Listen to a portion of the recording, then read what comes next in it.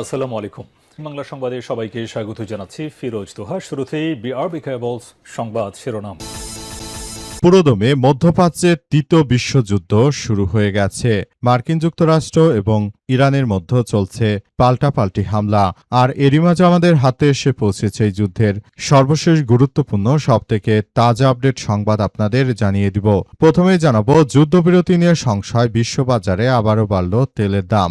যুক্তরাষ্ট্র এবং ইরানের মধ্যে যুদ্ধবন্ধে আলোচনায় অগ্রগতির সম্ভাবনা নিয়ে নতুন করে সন্দেহ তৈরি হয় বিশ্ববাজারে তেলের দাম আবারও বাড়তে শুরু করেছে। চলমান যুদ্ধবিরতি নিয়ে সংশয়ের কারণে বিনিয়োগকারীদের উদ্বেগ বেড়েছে। সংবাদ মাধ্যম আল জাজিরা বলছে যে যুক্তরাষ্ট্র এবং ইরানের মধ্যে চলমান আলোচনা বড় ধরনের কোনো অগ্রগতি হবে কিনা তা নিয়ে বিনিয়োগকারীদের মধ্যে সংশয় বাড়ায় বিশ্ববাজারে অতিরিক্ত তেলের দাম বেড়ে গেছে। এরপর জানাবো, ইসরায়েলকে রক্ষায় যুক্তরাষ্ট্রের অর্ধেকেরও বেশি ক্ষেপণাস্ত্র ইন্টারসেপ্টর শেষ হয়ে গেছে। ইরানের সঙ্গে যুদ্ধের সময় ইসরায়েলকে রক্ষা করতে গিয়ে যুক্তরাষ্ট্র তার উন্নত ক্ষেপণাস্ত্র প্রতিরক্ষা ব্যবস্থার অর্ধেকই ব্যবহার করে ফেলেছে। এ বিষয়ে একটি প্রতিবেদন প্রকাশ করেছে ওয়াশিংটন পোস্ট। প্রতিবেদনে বলা হয়েছে যে মার্কিন বাহিনী ইসরায়েলের দিকে ছোড়া ইরানি ক্ষেপণাস্ত্র ভূপাতিত করতে 200টিরও বেশি থার্ড ইন্টারসেপ্টর ব্যবহার করছে, যা পেন্টাগনের মোট মজুদের প্রায় অর্ধেক। এদিকে বল প্রয়োগে হুমকি দেওয়া বন্ধে যুক্তরাষ্ট্রকে চীনের আহ্বান। সবসময় বল প্রয়োগের হুমকি দেওয়া থেকে বিরত থাকতে যুক্তরাষ্ট্রের প্রতি আহ্বান জানিয়েছে চীন। আজ নিয়মিত ব্রিফিংয়ে চীনের পররাষ্ট্র মন্ত্রণালয়ের মুখপাত্র গং জিয়াকুন জানিয়েছেন যে যুক্তরাষ্ট্রের উচিত কিউবার বিরুদ্ধে নিষেধাজ্ঞা এবং বিচারিক অস্ত্র ব্যবহার বন্ধ করা, পাশাপাশি সবসময় বল প্রয়োগে হুমকি দেওয়া থেকে বিরত থাকা। এবারে জানাবো, সীমান্তে ভারতীয় চোরা কারবারিদের লক্ষ্য করে বিজিবির গুলি। লালমনিরহাট পাটগ্রাম উপজেলার সীমান্তে ভারতীয় চোরা কারবারিদের লক্ষ্য করে 2 রাউন্ড ফাঁকা গুলি ছুড়েছে border guard of Bangladesh BGB. তবে এতে কোনো হতাহতের ঘটনা ঘটেনি। আজ দিবাগত রাত 2:30টার দিকে রংপুর ব্যাটালিয়ন 51 বিজিবির কুচলিবাড়ি ইউনিয়নের কলসিমুখ বিওপির দায়িত্বপূর্ণ সীমান্ত এলাকায় এই ঘটনা ঘটে। এবং সর্বশেষ জানাবো, রাসূলের বিচার ব্যবস্থাকে অবজ্ঞা করেছে স্বরাষ্ট্রমন্ত্রী, বললেন গোলাম পরোয়ার। বাংলাদেশ জামাত ইসলামের সেক্রেটারি জেনারেল অধ্যাপক মিয়া গোলাম পরোয়ার এক বিবৃতিতে জানিয়েছেন যে স্বরাষ্ট্রমন্ত্রী ধর্ষকে সর্বোচ্চ শাস্তি প্রকাশে মৃত্যুদণ্ড প্রদানকে মধ্যযুগীয় বলে মূলত তিনি রাসূল সাল্লাল্লাহু আলাইহি ওয়াসাল্লামের বিচার ব্যবস্থাকে অবজ্ঞা করেছেন। দেশের মুসলিম জনগোষ্ঠী মনে করে স্বরাষ্ট্রমন্ত্রীর এই বক্তব্য রাসূল সাল্লাল্লাহু আলাইহি ওয়াসাল্লামের বিচার ব্যবস্থার প্রতি চরম অবমাননাকর। প্রিয় দর্শক, এতক্ষণ শুনছিলেন সংবাদ শিরোনাম, এবারে বিস্তারিত। তবে তার আগে বন্ধুরা, অনুরোধ থাকবে এই সংবাদটিতে একটি লাইক দিন।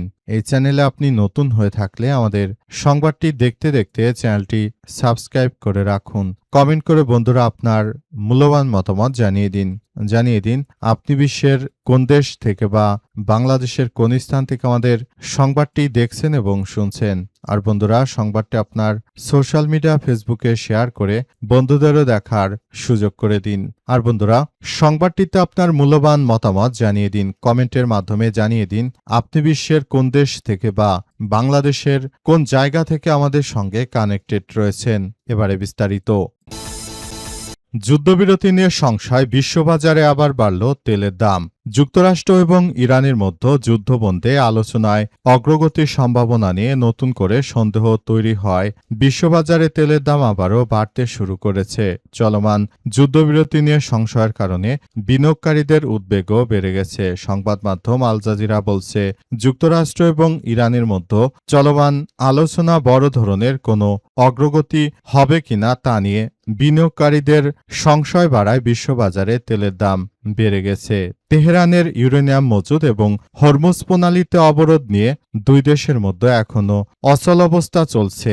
এমন অবস্থায় শুক্রবার 22 মে ব্রেন্ট ক্রুড তেলের দাম ব্যারেল প্রতি 2.3%, $2.38 বেড়ে $104.96 পৌঁছেছে। অন্যদিকে যুক্তরাষ্ট্রের প্রেসিডেন্ট যুক্তরাষ্ট্রের ওয়েস্ট টেক্সাস ইন্টারমিডিয়েট বা WTI ক্রুডের দাম 1.8% বা $1.73 বেড়ে ব্যারেল প্রতি $98.08 পৌঁছেছে। এর আগে বৃহস্পতিবার ২১শে মে দুই ধরনের তেলের দামই প্রায় ২% কমেছিল, আর সেটি ছিল প্রায় ২ সপ্তাহের মধ্যে তেলের দামে সর্বনিম্ন অবস্থান। প্রসঙ্গত, ইরান যুক্তরাষ্ট্র আলোচনা বর্তমানে মধ্যপ্রাচ্যে অস্থিতিশীল ও বৈশ্বিক জ্বালানি বাজারের জন্য অত্যন্ত গুরুত্বপূর্ণ হয়ে উঠেছে।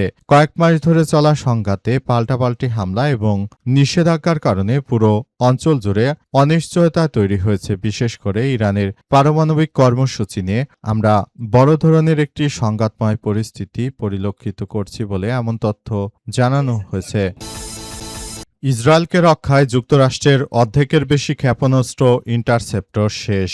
ইরানের সঙ্গে যুদ্ধের সময় ইসরায়েলকে রক্ষা করতে গিয়ে যুক্তরাষ্ট্র তার উন্নত ক্ষেপণাস্ত্র প্রতিরক্ষা ব্যবস্থার অর্ধেকই ব্যবহার করে ফেলেছে। এ বিষয়ে একটি প্রতিবেদন প্রকাশ করেছে ওয়াশিংটন পোস্ট। প্রতিবেদনে বলা হয়েছে যে মার্কিন বাহিনী ইসরায়েলের দিকে ছোড়া ইরানি ক্ষেপণাস্ত্র ভূপাতিত করতে ২০০টিরও বেশি থার্ড ইন্টারসেপ্টর ব্যবহার করেছে, যা পেন্টাগনের মোট মজুদের প্রায় অর্ধেক। এছাড়াও যুক্তরাষ্ট্র পূর্ব ভূমধ্যসাগর জাহাজ থেকে ১০০টিরও বেশি স্ট্যান্ডার্ড মিসাইল ৩ এবং স্ট্যান্ডার্ড মিসাইল ৬ ইন্টারসেপ্টর নিক্ষেপ করেছিল। প্রতিবেদনে বলা হয়েছে যে এই যুদ্ধের সময় ইসরায়েল তার নিজস্ব ক্ষেপণাস্ত্র প্রতিরক্ষা ব্যবস্থা অনেক কম ব্যবহার করেছে। ওয়াশিংটন পোস্টের তথ্য মতে ইসরায়েলি বাহিনী ১০০টিরও কম আরও ইন্টারসেপ্টর এবং প্রায় ৯০টি ডেভিডস স্লিং ক্ষেপণাস্ত্র নিক্ষেপ করেছে।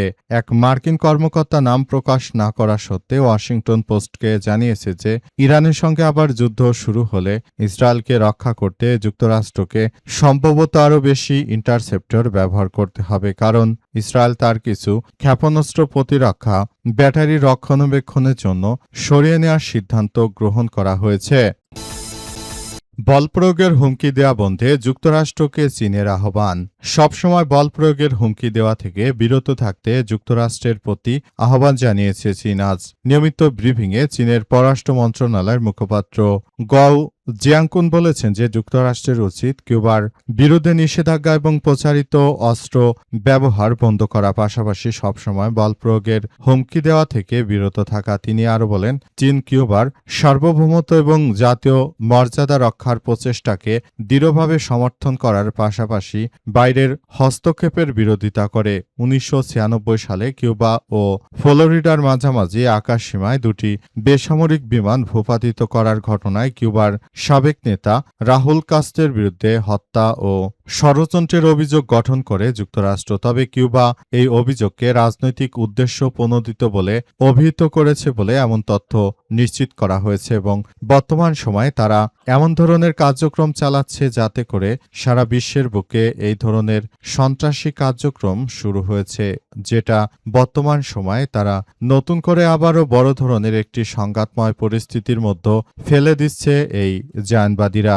বর্তমান সময়ে তারা ইরানের মতো কিউবার বিরুদ্ধেও একই কায়দায় ষড়যন্ত্রে লিপ্ত হয়েছে এবং বর্তমানে ষড়যন্ত্রগুলো প্রতিহত করার জন্য কিউবার সরকার তারা কিন্তু মার্কিন যুক্তরাষ্ট্রকে সরাসরি সতর্ক বার্তা দিয়েছে। সীমান্তে ভারতীয় চোরাকারবারিদের লক্ষ্য করে বিজিবির গুলি। লালমনিরহাটের পাটগ্রাম উপজেলা সীমান্তে ভারতীয় চোরাকারবারিদের লক্ষ্য করে ২ রাউন্ড ফাঁকা গুলি ছুড়েছে border guard of Bangladesh BGB. এতে কোনো হতাহতের ঘটনা ঘটেনি। আজ দিবাগত রাত ২:৩০টার দিকে রংপুর ব্যাটালিয়ন ৫১ বিজিবি এর কুসলিবাড়ি ইউনিয়নের কলসিমুখ বিওপির দায়িত্বপূর্ণ সীমান্ত এলাকায় এই ঘটনা ঘটে। বিজিবি সূত্র থেকে জানা গেছে যে বৃহস্পতিবার মধ্যরাতে ওই এলাকার মেইন পিলার ৮০৬ থেকে প্রায় ২০০ গজ বাংলাদেশের অভ্যন্তরে পশ্চিম গিয়ারপাড়া এলাকায় টহল দিচ্ছিল বিজিবির একটি দল। এ সময় ভারতীয় কাঁটাতারের বেড়া ছেদ করে বাংলাদেশে প্রবেশ করতে থাকা একটি চোরাচালানকারী দলকে দেখতে পায় বিজিবির সদস্যরা। পরে বিজিবির সদস্যরা চোরাকারবারিদের বাংলাদেশের সীমান্তে প্রবেশে সতর্ক করলে তা অমান্য করে প্রবেশের চেষ্টা করতে থাকে। নির্দেশনা অমান্য করে বিজিবির দিকে এগিয়ে আসতে থাকায় পরিস্থিতি নিয়ন্ত্রণে আনতে চোরাকারবারিদের লক্ষ্য করে ২ রাউন্ড ফাঁকা গুলি ছুড়ে বিজিবির সদস্যরা। রংপুর ব্যাটালিয়ন ৫১ বিজিবির অধিনায়ক লেফটেন্যান্ট কর্নেল নাজিউর রহমান বিষয়টি নিশ্চিত করেছেন। করেছেন। তিনি জানান যে ভারতীয় সীমান্ত হতে কাঁটাতারে বেড়া ছেদ করে চোরাকারবারিদের বাংলাদেশে প্রবেশ করলে বিজিবি সতর্ক করে তা অমান্য করায় পরে ফাঁকা গুলি ছোড়া হয়েছে। বর্তমান পরিবেশ শান্ত রয়েছে। সীমান্ত রক্ষায় বিজিবি সবসময় সতর্ক অবস্থানে রয়েছে বলে এমন তথ্য সামনে এসেছে।